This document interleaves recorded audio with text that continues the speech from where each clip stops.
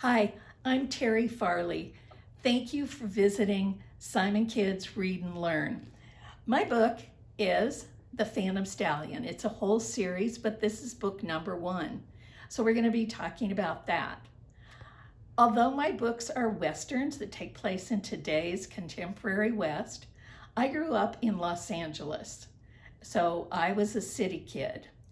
And I was not only a city kid, I was asthmatic and kind of wimpy, and books were my adventure.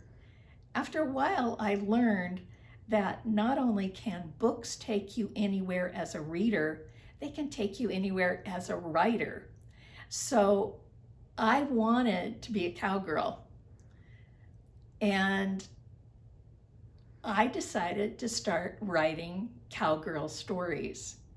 So I'm going to read you a little bit of the first Phantom Stallion book, and then we're going to talk about how I write and some little tips on what you can do with your own writing.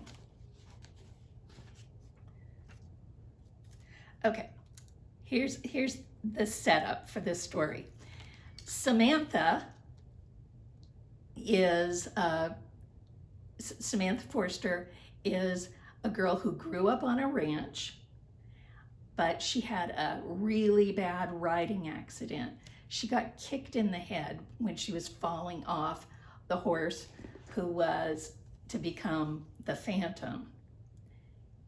And she's just come back to the ranch from living in the city with her aunt. She was living in San Francisco.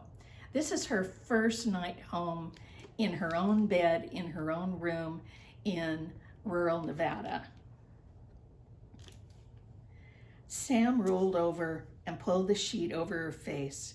She listened to her eyelashes tick back and forth. She had a horse. She had Jake, that's her friend, to remind her how to ride like a cowgirl. She had Dad. Why couldn't she be satisfied? She threw back the covers, pulled on her pink robe, and crept down the hall. Quietly, she left the house. As Sam closed the front door, the river shushed her. Crickets stopped chirping as if they were holding their breaths. Riverbend Ranch had no outside lights, and she'd left the porch light off.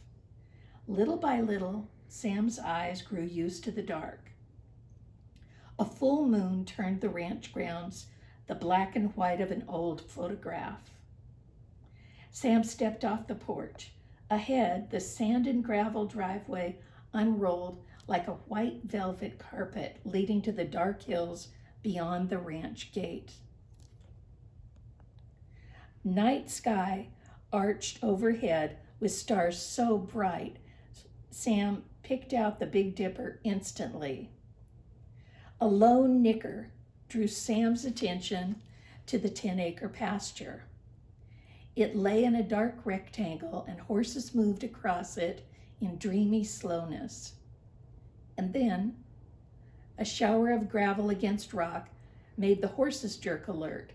One snorted, another shied. They all looked toward the river.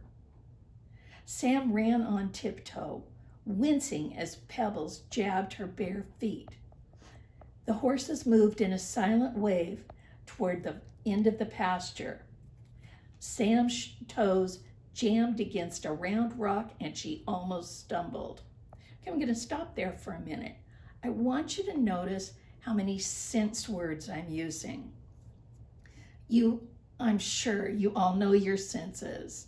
Your sight, smell, hearing, taste, and touch. So when Sam is running on tiptoe and the pebbles are jabbing her feet, that's touch. When she's looking at the black night sky, that's sight.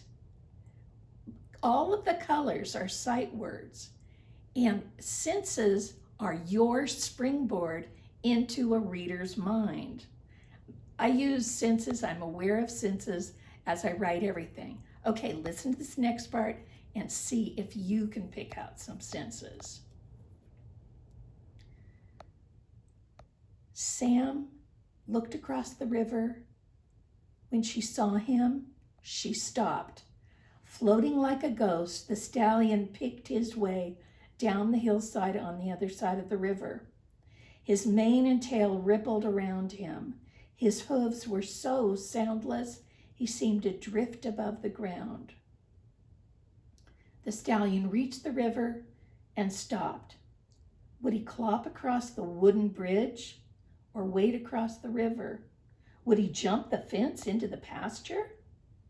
Sam's pulse pounded. She couldn't believe this. The moonlight must be magical. She'd read myths of maidens who summoned unicorns, but Samantha Ann Forster was no fairy tale princess. The stallion didn't care.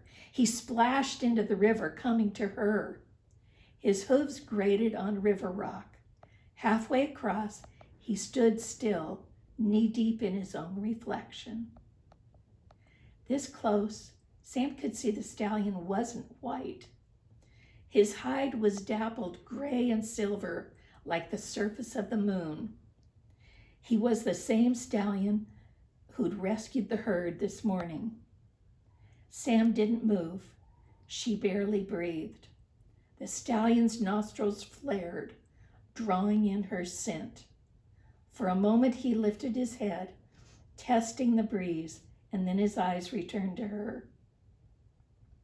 Sam's heart thudded so hard she feared the stallion could hear it.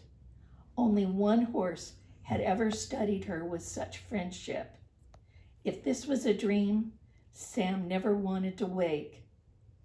The stallion arched his neck and pawed 3 times. Water drops scattered like diamonds. What did he want? He was a Mustang, a wild thing. If she whispered or held out her hand, he'd run. Then it struck her.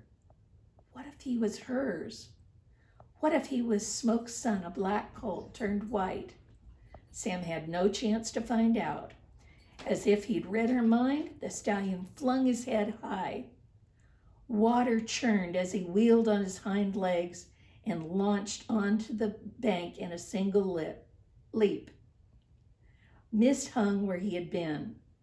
The river flowed smooth again, and the crickets chirped. No one would know the stallion had stood there, except for Sam. She knew the truth. The truth was, her dream had come true. By moonlight, Zanzibar had returned to her at last. Thank you.